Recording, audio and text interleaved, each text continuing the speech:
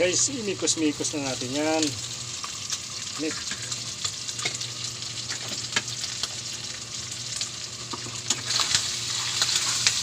Tayo ko lang mag golden brown to guys.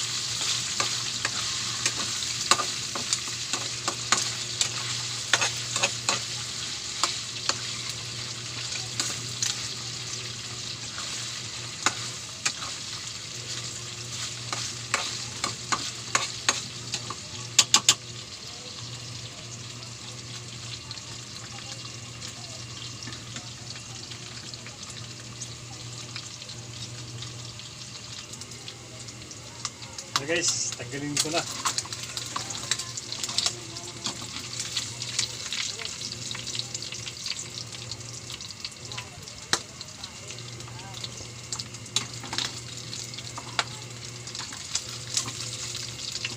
Kalsikan ni mantika, tanggalin ko na.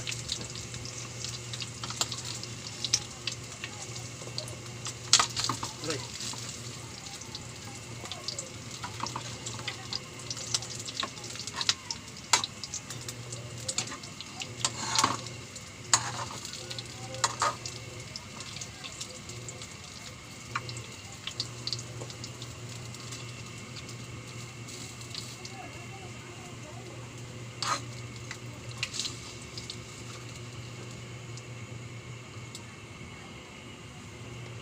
At isunod na naman na yung tokwa.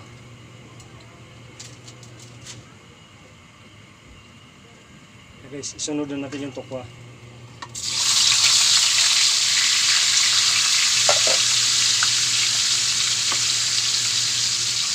Malisya kayong pawali ka.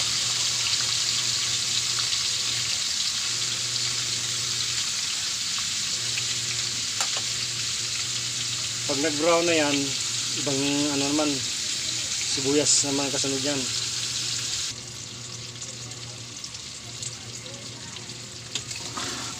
Yan mga idol, pwede na ito siya. Panguin na natin.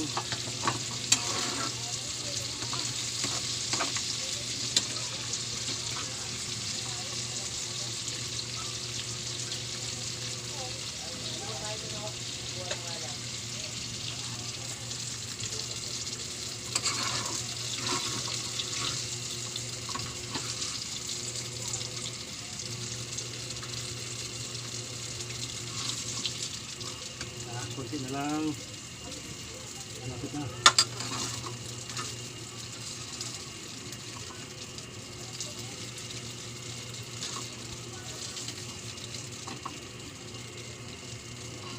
Isunod na natin dyan yung ano, sibuyas.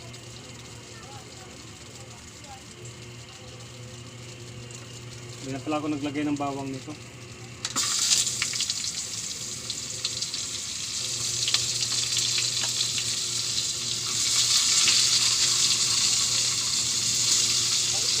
Susunod na natin yung kamatis.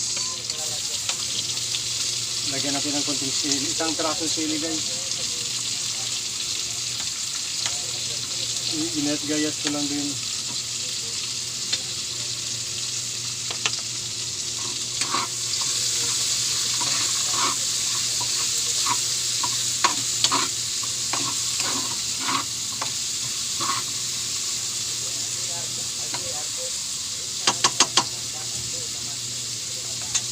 Tapos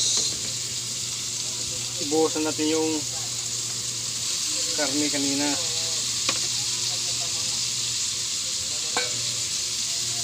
Pagalo-haloin natin lahat ng sangkap guys, pati tokwa. Halo na yan. Sabay na itong carrots at saka bagyo beans.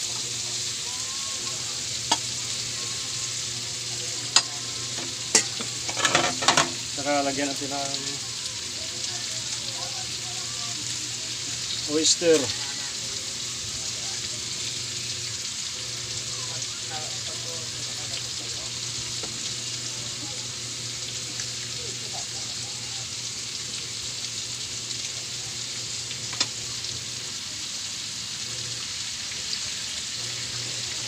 Dapat may ano pa ito, may liquid seasoning kagaya ng Knorr.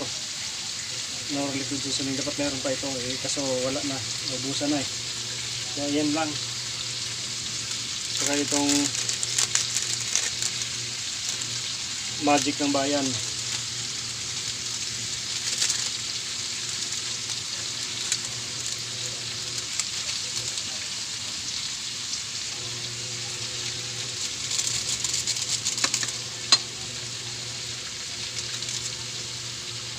Saka natin lagyan ng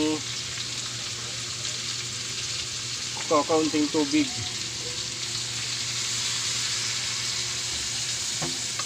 At halo-haloin. Yan guys. Talagang 200 pesos guys, meron ka ng masarap na ulam. Masustansya na, masarap pa. Yan guys, antayin na lang natin maluto. Yan na guys, pwede na ito.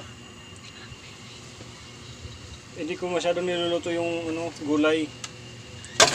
Gusto ko yung lang medyo half cook. Kasi masarap pag hindi ganong overcook. Wala nang lasa yung gulay pag na-overcook.